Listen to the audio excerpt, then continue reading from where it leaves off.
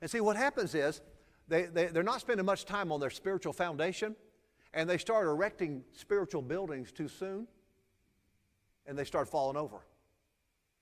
Their healing building falls over. That means they just struggle to get their healing. They can't seem to get healed. Their prosperity building falls over. Their peace building. The blessings that are theirs, they struggle to experience. That building falls over. And they'll look at it and say, I don't understand why my building's falling over. I spent hours and hundreds of hours erecting that building on healing, and it just fell over. Did you spend that many hours or more laying the foundation underneath the building? Well, no, I can't really say I even laid one. Well, that's the problem. And any builder knows you don't build a building without a foundation. You know, Jesus talks about that in Matthew 7. Remember about the wise man that built his house, on the rock, and the unwise man that built it on the sand? The unwise man thought he had a good building. He thought everything was good and solid until the winds came. And I guarantee you, winds are going to come in life on this earth. The devil's going to attack you. Tests and trials are going to come.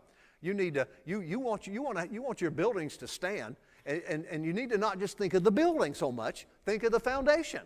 But see, a lot of Christians don't want to think of the foundation that much because see, that takes a lot of time. It takes a lot of time, and a lot of Christians don't want to take time to study.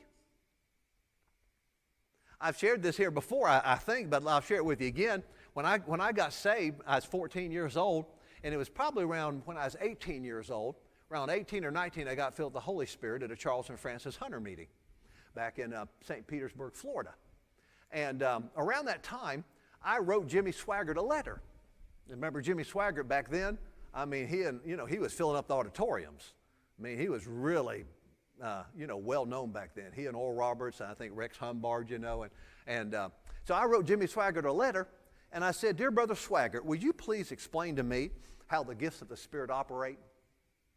And he wrote me back, which surprised me. I was really thrilled. I got a letter back from Jimmy Swaggart. And I opened up the letter, and I read it. This is what he said. In the letter, he said, Brother Norman, I'm not going to tell you. You find out yourself. I'm serious. That's what he said. He said, I'm not going to tell you. You find out yourself. He said, here are 2 books I recommend you read. Well, that made me mad. I thought, well, oh, the nerve of that preacher. I can't believe that. He wrote me a letter and said, I'm not going to tell you?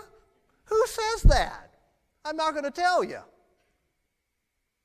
He's got a lot of nerve. And he wants me to read his books?